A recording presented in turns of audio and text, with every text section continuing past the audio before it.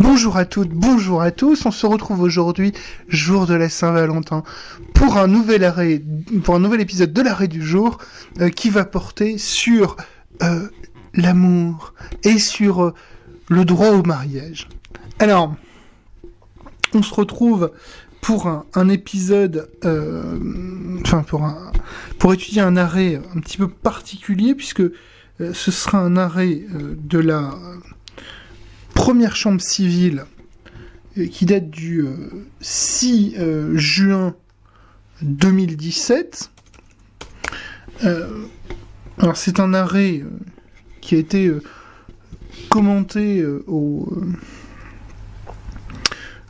par Francis Lefebvre. Je n'ai pas de nom pour cet arrêt, alors on va l'appeler l'arrêt Gilbert et Brigitte. Et vous allez très vite comprendre pourquoi. Quels étaient rapidement les faits de l'espèce ?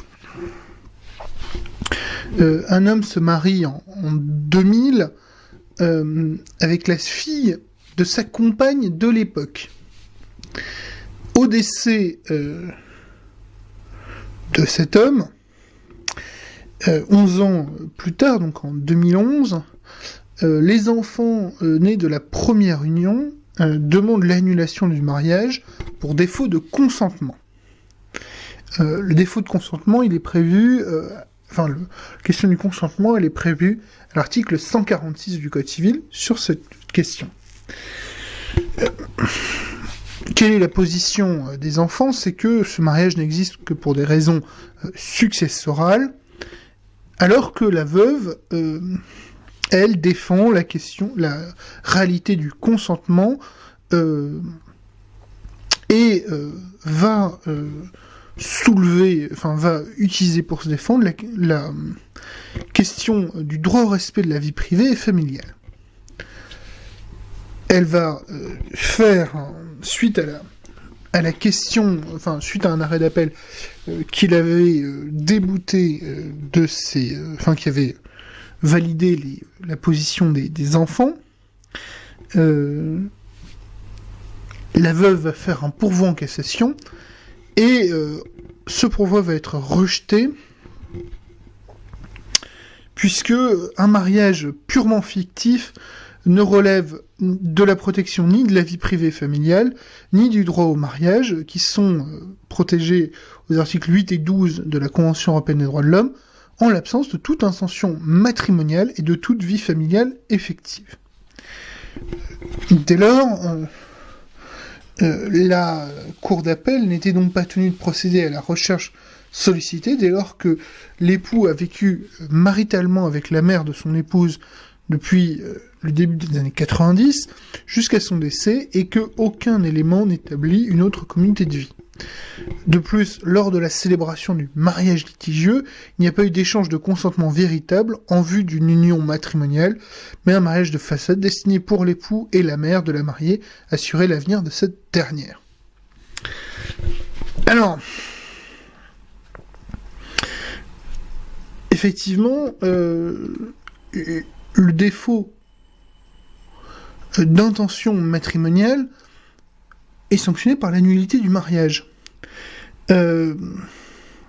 Et surtout, alors c'est surtout connu généralement lorsque, pour ce qu'on appelle les mariages blancs, quand une personne se marie avec une personne étrangère, se marie avec une Française, dans le but d'obtenir un titre de séjour ou des avantages patrimoniaux.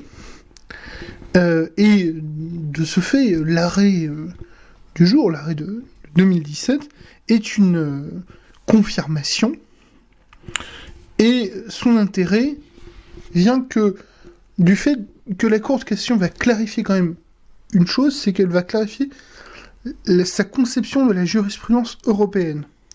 Et elle va bien clarifier le fait que la Cour européenne, la Convention européenne plutôt, les articles 8 et 12 de la Convention européenne des droits de l'homme ne s'appliquent pas à cette question, à la question des mariages, alors ce qui s'appelle généralement les mariages blancs.